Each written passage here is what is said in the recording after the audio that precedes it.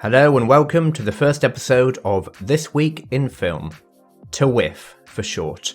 Not the catchiest acronym, so I think we'll stick to calling it This Week in Film. So this is the first of what I plan to be a weekly podcast where I go through the same 5 topics every week. Last week in film, this week in film, movie news, leaks and rumours, Star Wars Corner for any news from a galaxy far, far away, and finally, a ranking segment at the end. It's more of a laid-back discussion style than the normal reviews and video essays I do.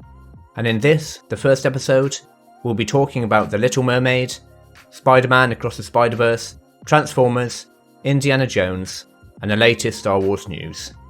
And at the end, I'll be ranking all 12 Star Wars films. So with the housekeeping aside, let's get straight into it, starting with what I've been watching over the last week. Last week, like the grown-up man I am, I watched The Little Mermaid, as well as watching the original. And I think it's fair to say that the live-action remake is much, much worse than the 1989 Disney classic. So spoiler warning for the live-action Little Mermaid. The first 15 minutes of the remake are pretty similar to that of the original, but 15 minutes onwards, there are a lot of changes. And this is felt in the runtime of the film, which clocks in at 2 hours and 15 minutes. 52 minutes longer than the original, which is 1 hour and 23 minutes long. So the changes are as follows. Chef Louis is gone, Prince Eric is now adopted by a new character, the Queen of Atlantica, Ursula is now King Triton's sister, Ariel's auntie, and Auntie Ursula puts a spell on Ariel which has an additional caveat.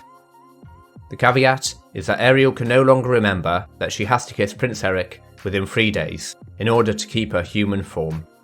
And it's a rather odd change to make, as it brings up so many questions, such as, did Ariel know anything about the spell at all? Did she think she would be human forever, or only for 3 days?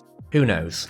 What I do know is that this change made Ariel seem rather aimless and frustrating, as Sebastian the Crab ended up doing most of the work in wooing Eric and getting him to fall in love with Ariel. From Awkwafina's gender and species swap scuttle, an overly long ending, and a modern twist on the original film's message, you get a poor imitation of the animated classic. When comparing the different character versions, it's not perhaps as clear-cut as you might expect, as I believe Prince Eric and Sir Grimsby's live-action version are much better, and Halle Bailey playing Ariel is really good, she's got a stunning voice. But apart from those 3 characters, the rest of the cast is much worse in the remake. Awkwafina's Scuttle is an abomination in terms of its look, and the fact that Scuttle was voiced by Awkwafina, who is known for having the voice of a chain-smoking 80-year-old. Javier Bardem as King Triton seems to be utterly bored, and barely raises his voice above a whisper for the entire film, and Flounder is relegated to about 3 lines of dialogue. I rated the original 1989 Little Mermaid at a solid 80%, but the remake receives a rating of 67%, so it's pretty much worse in every way, especially the visuals and side characters. So as a surprise to no one, the Little Mermaid remake is okay, but worse than the original. I also watched the Spider-Verse film, Spider-Man Across the Spider-Verse this week, and what a phenomenal film it is. I'm not going to go into spoilers on the pod, as it came out only a few days ago, and I've got a full review on the channel. In 2018, when Into the Spider-Verse came out, I didn't really understand the hype around it, but I do get it now. The visuals are so eye-catching, and the story and characters are fantastic too, so I would thoroughly recommend watching Across the Spider-Verse at the cinema if you can. The main negative to an otherwise near-perfect film is that it's very much a part 1 of a 2-parter, so it does cut off in the middle section of the overall story, similar to how Dune Part 1 ended. So be prepared to wait until March 2024, when Beyond the Spider-Verse comes out, to finish the Spider-Verse story. Next up is This Week in Film, so looking ahead to what's coming out this week. Now this week we've got a sort of reboot, sort of spin-off Transformers film, hitting cinemas on the 9th of June. Transformers: Rise of the Beasts. Now like me you may be wondering, where's Shia LaBeouf? Is Mark Wahlberg in this one? Has Michael Bay left the Transformers franchise? And what even is this film about? Well, I'll be honest, from the trailers, interviews with the cast, and marketing for Rise of the Beasts, I also had no idea where this film fits into the odd Transformers universe. So I did a bit of research, and here we go. So Michael Bay's 5 Transformers films, yes 5, I know, how did it go on for so long, are maybe not part of this continuity. It's quite complicated, but the simplest way to look at Transformers Rise of the Beasts is that it's a sequel to 2018's Bumblebee, which was a soft reboot of the Transformers franchise that made a few changes to the timeline of the Michael Bay Transformers universe. So it's sort of its own separate thing, despite having the same voice actors and look for the Autobots. An apt comparison might be to compare it to X-Men Days of Future Past, where it's a new cast mixed in with the old cast, but potentially rewriting the canon of its previous films. Set in part in New York in the year 1994, so 20 years before Michael Bay's Transformers, which is set in the 2010s. So essentially, they don't need to confirm the continuity of whether this film fits in with the Michael Bay Transformers films yet. Potentially, they could even have a multiverse style of the franchise, where this is set in an adjacent universe to Bayformers. So the simple answer is expect something more in line with Bumblebee than Bay's Transformers, but with the additions of Optimus Prime and Gorillabot, also known as Optimus Primal, which is a brilliant name by the way. I imagine there will be a lot more Transformer on Transformer fighting action than in Bumblebee. Now, am I excited to watch this new Transformers film? Well, sort of. Like most people, I like the original 2007 Transformers with Shia and Megan Fox, and then was less impressed by the next film, Revenge of the Fallen, and then it just became an interchangeable formulaic mess of a franchise, with Megan Fox being replaced by Rosie Huntington-Whiteley, and at some point Mark Wahlberg replaced Shia. Interestingly enough, the Transformers critics' scores have always been very poor, but the movies made a ton of money, which explains why they continue to make so many. On Rotten Tomatoes, Transformers 1 scored a 58% rating, which is in fact a franchise high until Bumblebee. Revenge of the Fallen scored 20%, followed by Dark Moon, which gets 35%, and then Age of Extinction, aka the Dinosaur one, got 17%. The Last Night, which had Anthony Hopkins, and I believe Merlin and King Arthur were involved in some form or another, received a rather flat 16% on Rotten Tomatoes. Bumblebee received a 91% critic score and a 74% audience score, but the director's seat has changed hands, from Bumblebee's Travis Knight to Steve Carell Jr., who directed Creed 2, directing Transformers Rise of the Beasts. The trailers seem okay, but all the Transformers trailers look great, so I'm a bit mistrusting of them to be honest, and it seems that we have another human pairing at the centre of the film, Anthony Ramos and Dominique Fishback, who don't inspire much excitement from me either. Out of all the films releasing in June, from The Flash to Spider-Verse to Indiana Jones, Rise of the Beasts is a film that I have no idea how good or bad it'll be, or how well it'll do at the box office. It could be a flop, because many don't really know what it's about and where in the mess of the Transformers cinematic universe it fits, or it could be a summer hit, like Michael Bay's original Transformers movie. As it's a big IP, the trailers look good, and Optimus Prime, one of the most iconic characters, or at least one of the most iconic voices of the last decade, is back, so it could be a hit. There are some big films coming out over the next few weeks, so adding to an already pretty good year for movies, we've got The Flash on the 16th of June, which despite the DCEU being a walking corpse, from early reviews, it is a fantastic movie. Then we've got Indiana Jones, which from early reviews, and Harrison Ford being a walking corpse, it looks terrible. That's due to be released on the 30th of June. And then in July we have Mission Impossible Dead Reckoning Part 1, which is either the 19th or 42nd film in the Mission Impossible franchise. Then we have Barbie, woohoo, and Christopher Nolan's Oppenheimer. So a busy and potentially amazing few months ahead for movies. Now it's time to move on to the movie news section, which is where we look at the gossip, rumours, box office numbers and leaks. So first off, let's look at the box office for The Little Mermaid. After its opening week, there's been conflicting reports over whether The Little Mermaid is a box office success or whether it's a financial flopper. Now as always, Disney and the news sites that praise anything Disney do are saying that The Little Mermaid is doing amazingly well and is a surefire hit, making around 100 million on its opening weekend domestically.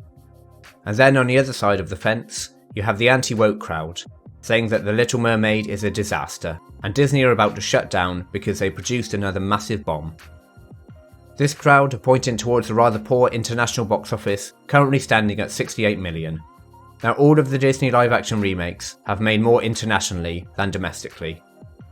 Just a few examples: The Lion King made 500 million domestically and 1.1 billion internationally, Beauty and the Beast 500 domestically, 760 million internationally, and Aladdin made $350 domestically and double that internationally.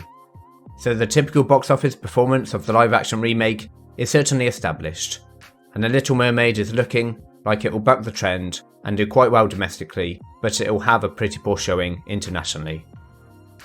Now, the elephant in the room is that Disney have race swapped Ariel, and that will perhaps not play well in China, which for a movie to make 1 billion they normally need to be successful in China and Southeast Asia. And the other potential issues I believe The Little Mermaid has when it comes to being a financial success is that it's 2 hours and 15 minutes long, almost 1 hour longer than the original. This means that there will be less screenings, and as was the case for my screening, children will get fidgety at around the 1.5 hour mark. On top of this, the critical score on Rotten Tomatoes is about 60 to 70%, so that will most likely turn off a chunk of people who might have watched the film otherwise. And lastly, The Little Mermaid perhaps doesn't have as big as an appeal as Aladdin or The Lion King, as many boys, and parents of boys, just won't see the film as something for them. So for all these reasons, I believe The Little Mermaid would do very well to get to the $400 million mark, which sounds good without any context, but the budget for the remake was $250 million, and if we apply the rule that to be in profit, the movie needs to double its production budget to cover marketing and a cut of the ticket that the cinema gets, The Little Mermaid needs to make $500 million to begin to be profitable. So the early signs are that the anti-woke crowd who are saying that The Little Mermaid is a bomb are probably right. I feel like I've spent 90% of this entire episode talking about Little Mermaid, so that's it, no more talking about Disney Cinematic Fairy Tale Universe. And now on to a completely different topic, Disney Cinematic Superhero Universe, the MCU. So there's been a lot of speculation around the Fantastic Four, and who will play Reed Richards and Sue Storm. Now, I really don't care about the Fantastic Four, as there have been more bad than good Fantastic Four films, and I'm not into the comics.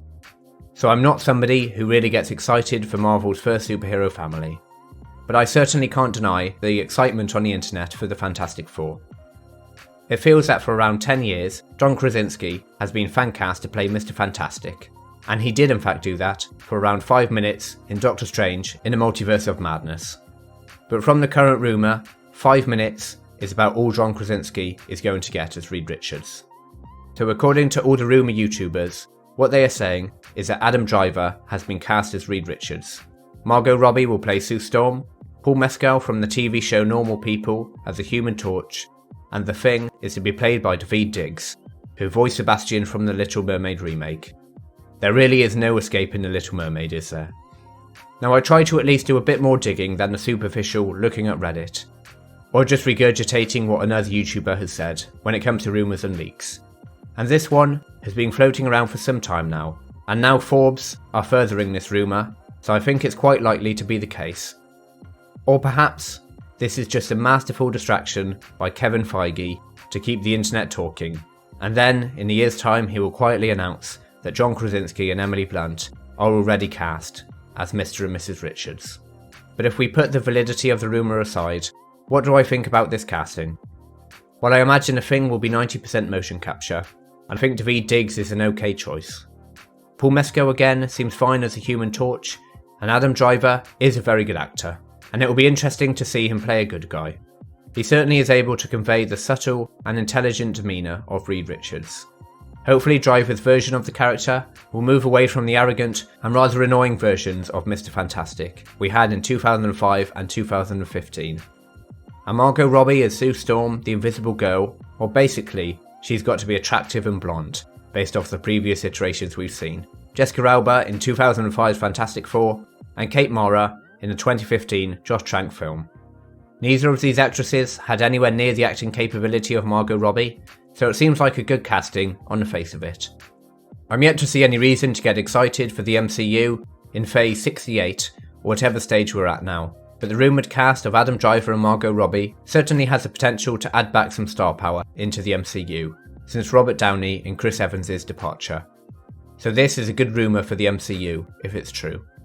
Last, for the movie news section, Indiana Jones and a Dial of Destiny. So at the end of the month, Indiana Jones and a Dial of Destiny is coming out, but in Lucasfilm's infinite wisdom, they decided to show the movie at the Cannes Festival, and more importantly, then lifted the review embargo, which means that critics who have seen the film can now give their reviews, and these reviews are mixed at best. Currently scoring 50% on Rotten Tomatoes, and with reviews such as "This isn't the goodbye which Harrison Ford deserves," and "Indiana Jones and a Dial of Destiny is a dutifully eager but ultimately rather joyless piece of nostalgic hokum." So Dial of Destiny, which was an incredibly expensive film to make, with a reported budget of around $300 million due to the extensive de-aging CGI and reshoots, looks like it's going to be a bit of a flop. Next up is Star Wars Corner.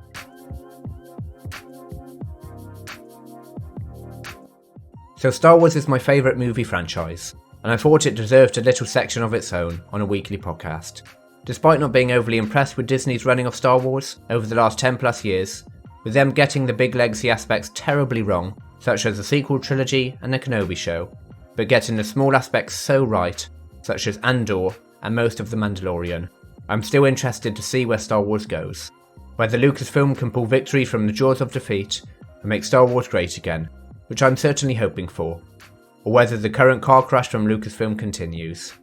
If you're familiar with the recent track record of cancelled Star Wars films, then you will know that if a new Star Wars film is announced, there's about a 30% chance that the film will actually make it past pre-production, and a 10% chance that the original director will still be directing by the end of production. I made a video on this very topic, in fact, all 12 cancelled Star Wars films, and now it looks like the number may be moving up to 13 or even 14, with the newly announced Star Wars films from Star Wars Celebration potentially in jeopardy. James Gold's Dawn of the Jedi film, Filoni's Mandoverse film to conclude the Disney Plus shows, and Charmin Obaid-Chinoy's Rey film, set after the events of Rise of Skywalker. Now all of these films will most likely be delayed due to the current writer's strike, and who knows how long that will go on for, which may in fact be a blessing in disguise, as I know that I speak for many when I say that at least one of these 3 films doesn't excite me in the least. And if constant speculation surrounding Kathleen Kennedy's job is correct, she won't be in post for much longer as head of Lucasfilm. And with the likely box office bomb of Indiana Jones coming later this month, that should only solidify, if not speed up her departure. Now obviously somebody will have to take over the reins of Lucasfilm if Kennedy goes. Whether that will be someone from within Lucasfilm like Filoni or Favreau, who knows. I have a feeling it'll be someone outside the current Star Wars fold. And when someone new comes in, they are sure to want to make some big changes, and with all 3 films currently in very early development, I imagine at least one of these films will be scrapped. Now the Rey movie, which is set 10 years after the disastrous Rise of Skywalker, is such a strange movie to be making. Who cares about what happens after Rise of Skywalker? Kylo is dead, Luke, Han and Leia are also dead, the First Order has been destroyed, and the Emperor has been killed, again. So the Rey movie would basically be kicking off from the same exact endpoint of Return of the Jedi, where instead of Luke rebuilding the Jedi Order, Rey will be doing it. Now I believe there's a slight chance, perhaps 30%, that this film won't make it to the big screen. David Lindelof, the original writer for the Rey movie, was fired, and has been replaced by Charmin Obaid-Chinoy. Now Obaid-Chinoy has worked in TV and film for a number of years, and has primarily worked on female-led empowerment films and shows, focusing in on her Pakistani roots. Her most notable credits are for directing 2 Miss Marvel episodes, Saving Face, a 40-minute short film on survivors of acid attacks, and basically everything she's worked on is from an empowerment feminist perspective, so it's perhaps no wonder why Kathleen Kennedy likes her. I, like many, have no enthusiasm for this film, and a very uninspiring choice of director doesn't make me any more excited. Filoni's film concludes the Mandoverse era and sounds interesting, and I think there's about a 70% chance of this reaching theatres. In very, very early development, I imagine we'll have to wait 3 years or so for this one, and a lot of the enthusiasm for the movie I think depends on the success of Filoni's Ahsoka show, as that is Dave Filoni's first live action show that he's got full creative control over. so there's nowhere for him to hide really if it doesn't live up to expectation. And it does make sense to conclude this phase of Disney Plus shows set between Return of the Jedi and Force Awakens in one big ensemble movie, so I'm quite excited for Filoni's film. And lastly, James Mangold, Dawn of the Jedi, biblical epic, to quote Mangold himself. Between Abe Chinoy, Filoni and Mangold, Mangold is by far the most experienced and successful director, directing Wolverine, Ford v Ferrari, Logan, Walk the Line, and he was exec producer for The Greatest Showman. But his most recent movie, Indiana Jones and the Dial of Destiny, and the success, or perhaps lack of it, if the early reviews are correct, will hamper any excitement fans have for Mangold's Star Wars film.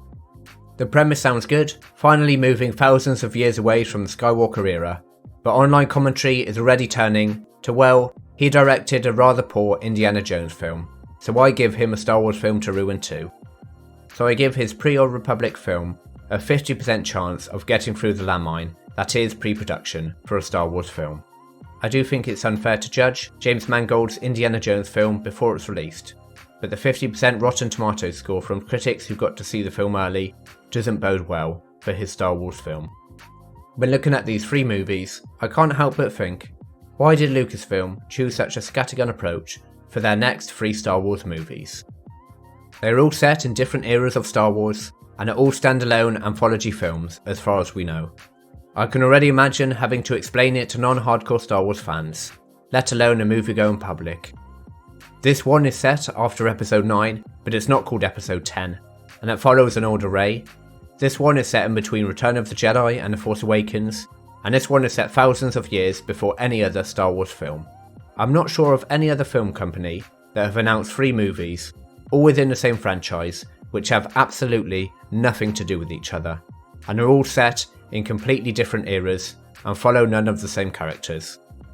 Just imagine if Disney Lucasfilm didn't make the sequels and started with the Mando, Boba Fett and Ahsoka TV shows. Then it all culminated in a massive team-up movie directed by Filoni. That would be so exciting. Or if James Mangold was given an Old Republic trilogy to introduce us to a whole new part of the Star Wars timeline.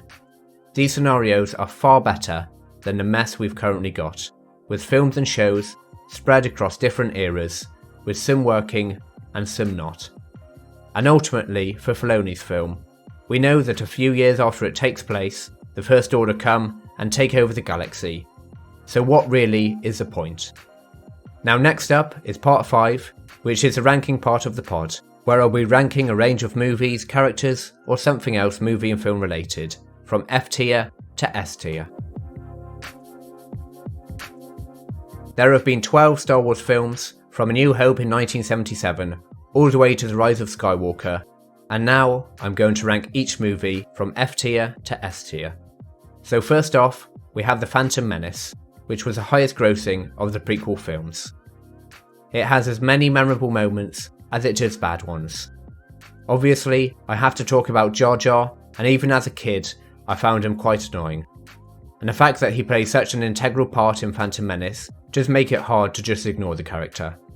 Darth Maul is of course great, and Qui-Gon Jinn facing him in a desert and eventually being killed by Darth Maul does make him all the more threatening as the main antagonist.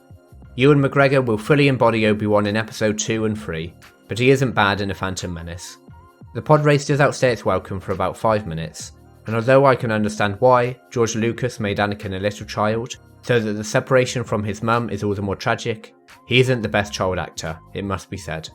The visuals, however, in Phantom Menace are phenomenal, from the new ships introduced to the scenery of Naboo and Coruscant, and of course, Duel of the Fates, which is one of the best climatic events of a Star Wars film. I'd put Phantom Menace as B tier. It's watchable and has really great moments, and the visuals were amazing for the time, but Phantom Menace also has some undefendable parts, in my opinion. Next up is Attack of the Clones. Another mixed bag of a movie for me. Jango Fett, good. Mace Windu, good. The Clone Army and Jedi taking on the Separatist droid army, good. And the introduction of Christopher Lee's Dooku and him fighting Obi, Anakin and Yoda, great.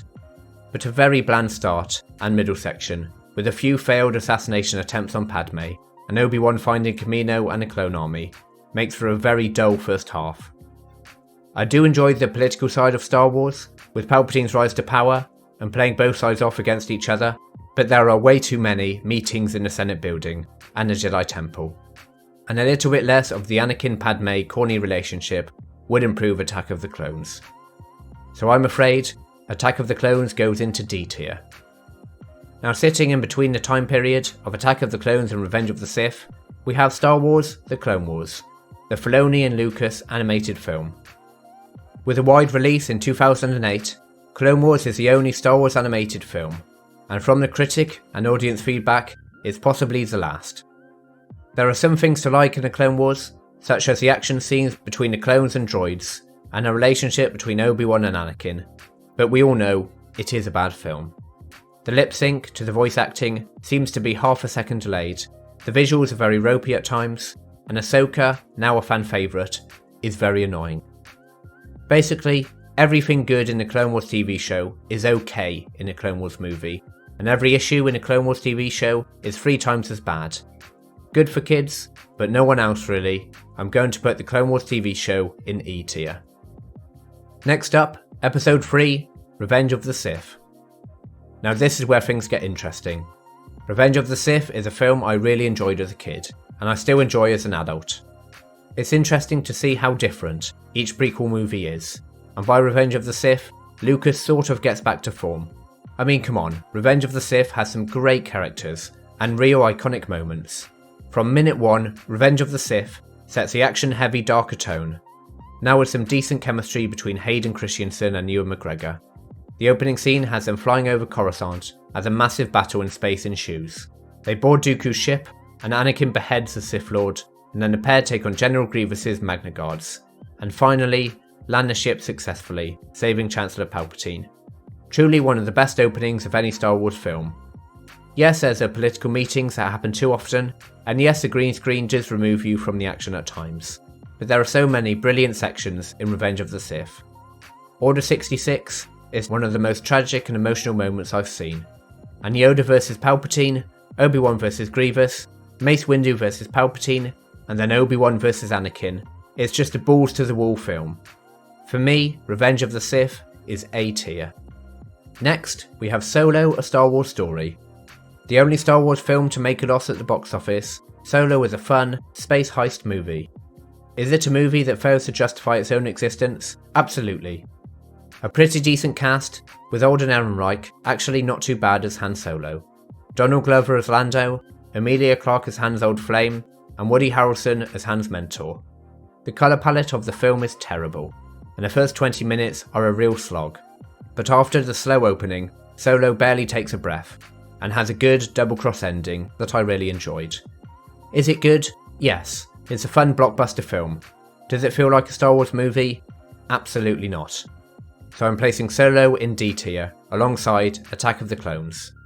Another movie set in between Revenge of the Sith and A New Hope is Rogue One. Now Rogue One managed to succeed in all the areas that the other Star Wars spin-off Solo failed in. It had a story that tied into the original trilogy, and in fact, made A New Hope better. As from Rogue One, we now realise how difficult it was, and how many lives were lost in order to steal the Death Star plans. K2SO added probably the best comic relief from a side character we've had in any Star Wars film, and a space battle at the end was great. Also, Rogue One had the courage to kill off the entire cast, and that is something that was a big risk, but for me it absolutely deserves praise, as it increased the stakes tenfold. And of course, Darth Vader's hallway sequence, which has been copied and repeated throughout Star Wars TV shows since. The one big issue I have with Rogue One is that the characters are very forgettable.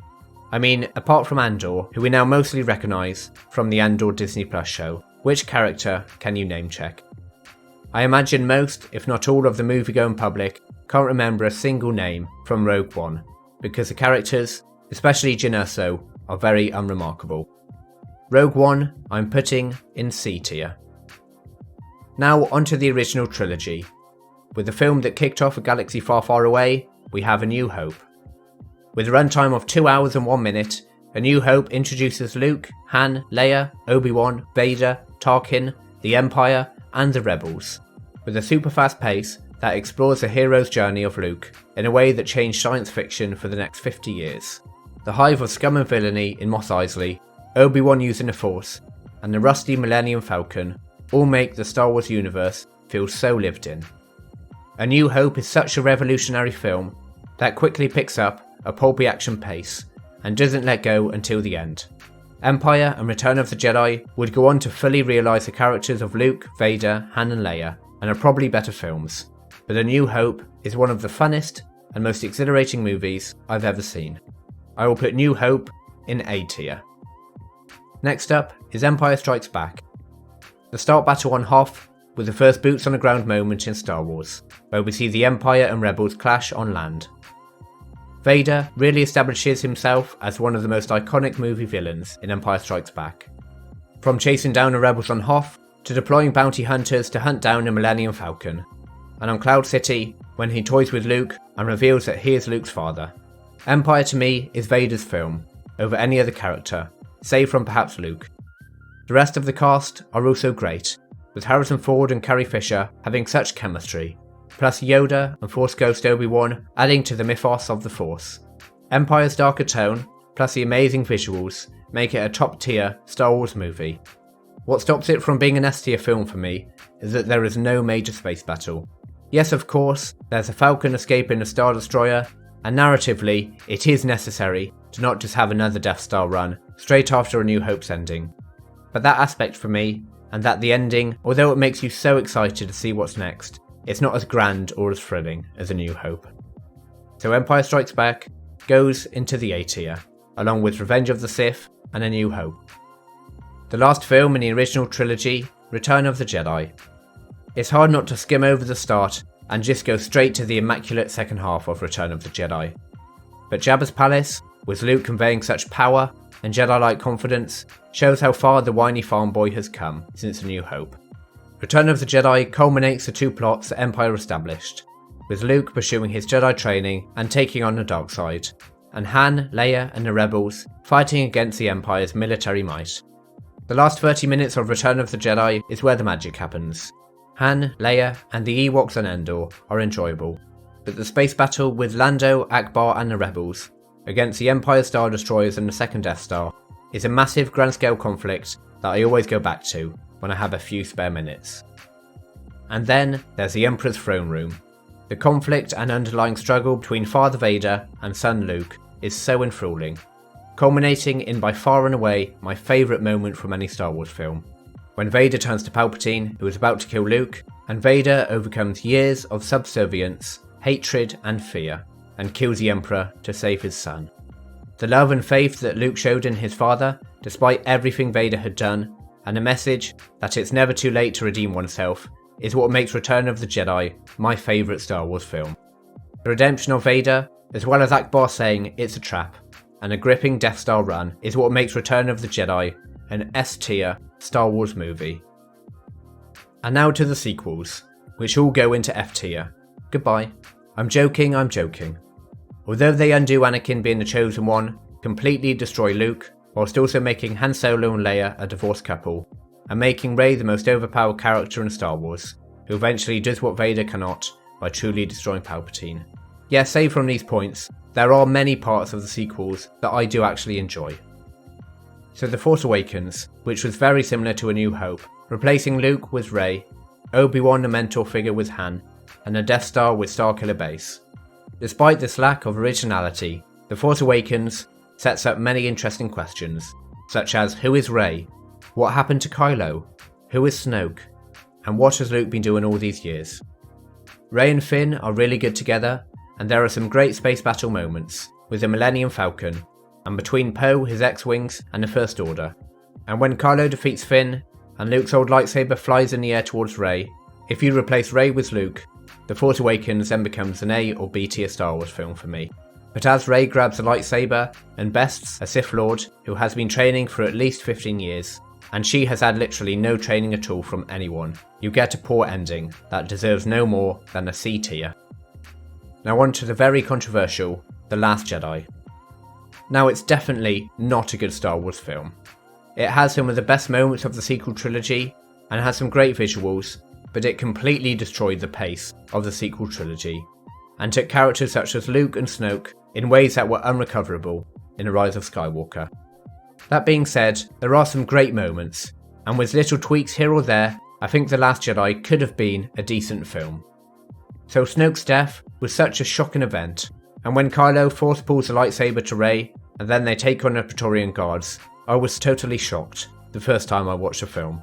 But shortly after that, Rey just leaves Snoke's ship to help the Resistance, and Kylo just replaces Snoke as Supreme Leader, which was the most boring way to go after Snoke's death. Adam Driver is very good in The Last Jedi, and the appearance of Luke on the planet Crate, taking on the First Order by himself, was amazing. But again, it's let down in the very next scene, where it is revealed that Luke was a Force projection, and then he dies all alone on the planet Ahch-To. So that sums up The Last Jedi to me. Some creative and risky choices, only to be let down in the very next scene. So subverting expectations for the sake of it, and not knowing what to do next. And here's just a few of the moments which I absolutely despise in The Last Jedi. We have the death of It's a Trap himself, Admiral Akbar. He's just sucked out of the ship's command centre and left for dead in space. In the same sequence, Mary Poppins flies back to her ship. Leia Organa flies back to her ship, in an incredibly cringy way. Poe Dameron makes a "your mum" joke at the very start of the film. Canto Bite, and the incredibly annoying Master Codebreaker DJ. Rose robbing Finn of a sacrificial death, and then the Guerrilla Walker blows up the Resistance base as she kisses Finn. Admiral Holdo, and the cannon-breaking Holdo maneuver, and also Luke Skywalker drinking milk from a space cow's tit. And a flashback when he was tempted to kill his nephew, Ben Solo, when he was just a boy. The Last Jedi utterly destroyed any chance of the sequel trilogy being a unified story, and did a lot in making every Star Wars film that came before it worse. So The Last Jedi, for me, sits in F tier. And finally, The Rise of Skywalker. It's got the pulpy action of A New Hope, and certainly tries to undo a lot of what The Last Jedi introduces, with Rey's lineage changed from being no one important to being Palpatine's cloned son's daughter, and having Force Ghost Luke catching Rey's lightsaber when she throws it into the fire on Ahch-To, so it gets a few points for changing what The Last Jedi introduced. But the problem with Rise of Skywalker is that, like The Last Jedi, it is not only a bad Star Wars film, but it retrospectively makes previous Star Wars films worse. Darth Vader killing the Emperor and saving Luke in Return of the Jedi? Well, actually, Palpatine's still alive. So Anakin Skywalker isn't the chosen one, and he didn't bring balance to the Force.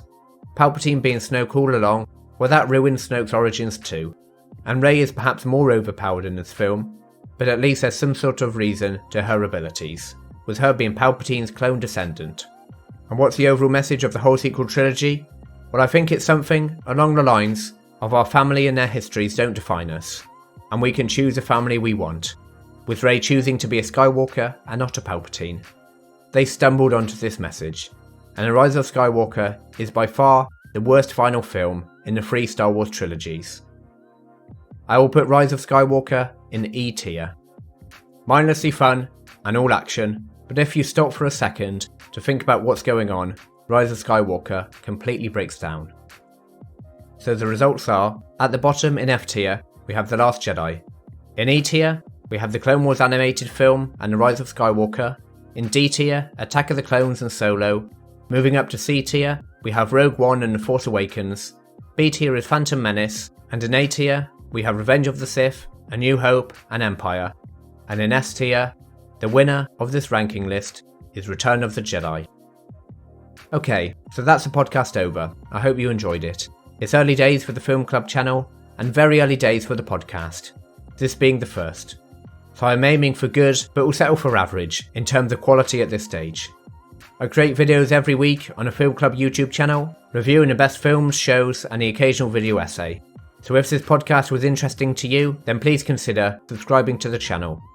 Thank you, and see you again.